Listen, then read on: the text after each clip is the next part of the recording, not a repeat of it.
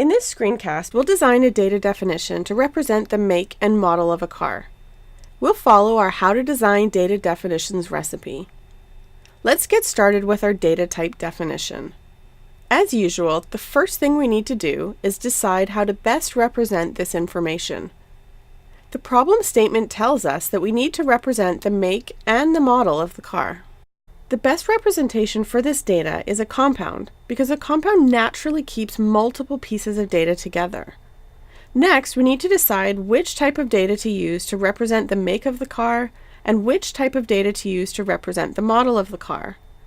There are many different makes of cars, for example Honda, Nissan, Ford, and there are probably too many to use an enum, so we'll use a string. There are definitely many different models of cars, so we'll use a string for the model too. The next step is to write the interpretation.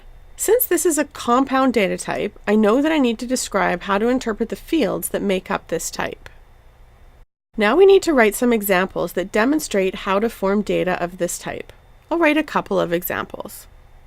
Note that for each example, I need to use the data type and then give it an example make and an example model. Now it's time to create the template for a one-argument function that takes data of this type. We are not designing a function at this point. Instead, we are creating a template that we'll use in function designs in the future. Every time we design a one-argument function that takes a car, we'll use this template. That ensures that all functions that take this data type will look the same, which increases readability and maintainability. As always, I'll start with the keyword def, and then I'll give our template the standard name of fun4 or fn4 and then the data type name. Then I need to list my one argument of type car, and I'll leave a ... for the return type because this is a template and we want it to be usable in all function designs that take a car. Now I need to decide what to put inside the template, and to do that, I'll go look at the Data-Driven Templates page. We already know that we're designing a template for a compound type, so I'll scroll down in my table until I get to the compound row.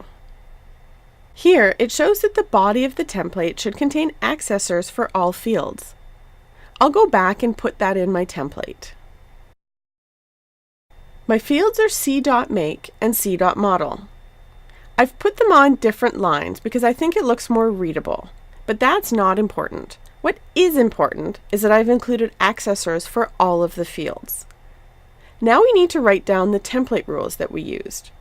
Remember, we used the compound rule, so I'll write template based on compound. Finally, I need to run this code to make sure that there aren't any syntax errors. The code runs with no errors, so we're done with our data definition design.